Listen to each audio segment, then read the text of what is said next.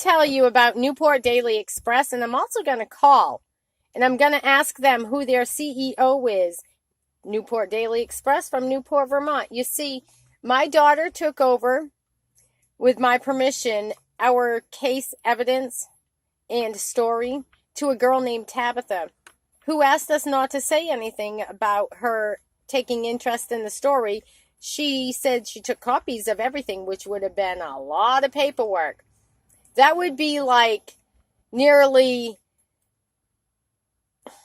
1,500 pages, plus pictures, fact of evidence, written statements, and court transcripts that have been entered into a lot of federal court cases that I filed. And what has happened to all of my mail? Well, you see, I was just recently made aware again that September 30th, my daughter Brianna was arrested, and they were saying that it was because she had a warrant for her arrest, and they were calling her Kimberly. Well, then apparently she was crying, and Brianna states that the cop told her if she wasn't me, she'd have nothing to worry about. Well, I want to know, if she was me, what does she have to cry about? Okay? So when he says she has nothing to worry about, and he also told her, stop her crying, she's got nothing to cry about if she's not me. Well, why would I have a reason to cry if she was me? Those are some really good questions that need to be answered, not only by Vermont Attorney General, Vermont State Police, the Vermont Law School, and Newport Police. Whoever it is that continues to harass my daughter.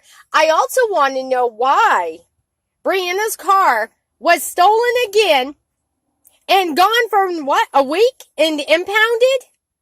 This is all fucking harassment by the state of Vermont, the politicians, the police, the attorneys. Why is Laura Wilson still listed on Brianna's case?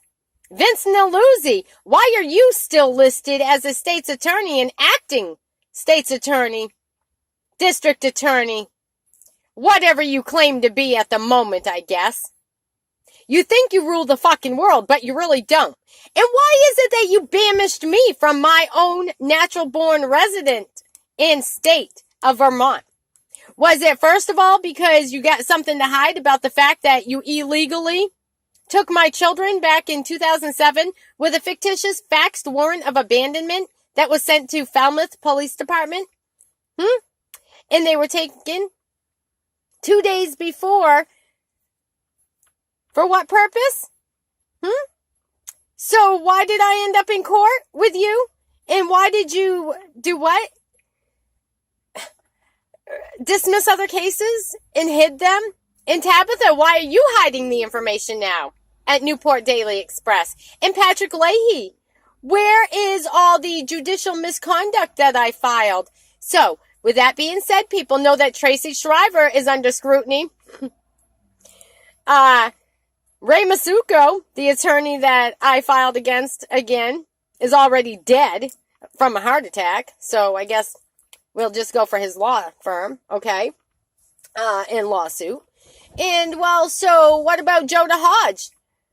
Why isn't he under scrutiny and listed as a suspect for the murder of Melissa Jenkins? Why are there two people that shouldn't probably be in prison for life, sitting in prison, convicted for the murder of Melissa Jenkins? Would you please all look that up in the Caledonia Record newspaper and read about Melissa Jenkins? She was a teacher at the school in St. Johnsbury, Vermont. She was murdered, and her body was found not too far from my residence in Barnet, Vermont, in the river, down by Waterford. So it was a good setup, wasn't it, Joda, in Vermont State Police? And because I had all that evidence and transcripts and recordings, isn't that why Joda Hodge called me, asked me if I was around, and then my trailer came up missing? So did my car, with blood-stained pants and evidence from Mark Newell assaulting me in the cabin. And who got that information? Trevor Colby. Who's hiding it? Vincent Aluzzi. And who set the fire in the Guildhall courthouse? Angel. How about you, Michael Kennedy? You know damn well my daughter asked for my assistance when you wrongfully took my grandchild. Why am I still being held away from my family? Vincent Aluzzi, Michael Kennedy, Sean Donahue, and all of the frivolous motherfuckers involved with the state of Vermont. Anybody that's had interaction with Laura Wilson, any court staff, any judges or attorneys or all a conflict of your interest, believe me when I tell you. All you got to do is follow me, look up House for Justice. Find out why Kevin Bickford of Island Pond, Vermont abused my daughter and got away with it.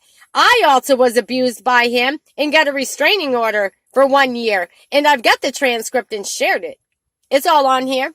Why did Michael Hatton's wife Cheyenne tell me I needed to leave my apartment, take my grandchild and my daughter in the middle of the night because they're after us? Why did Michael Hatton tell me April 1st of 2021 that I needed to leave, take my daughter and my grandson, and that he can't believe how these people would know me to be after me and my family? Would that be Jeffrey Noyce? The Masons, which Michael Hatton is known to be a Mason, as well as Jeffrey Noyce and his brothers who have been convicted of, but they're blue papered. So they don't have to do time in prison for the murders of the little girls, raping and murdering over in Stewartstown, Colebrook, New Hampshire area. Right by Island Pond, where Jeff had reigns from Canaan, Vermont, and Island Pond. Friends with Vincent Aluzzi, Trevor Colby, and everybody in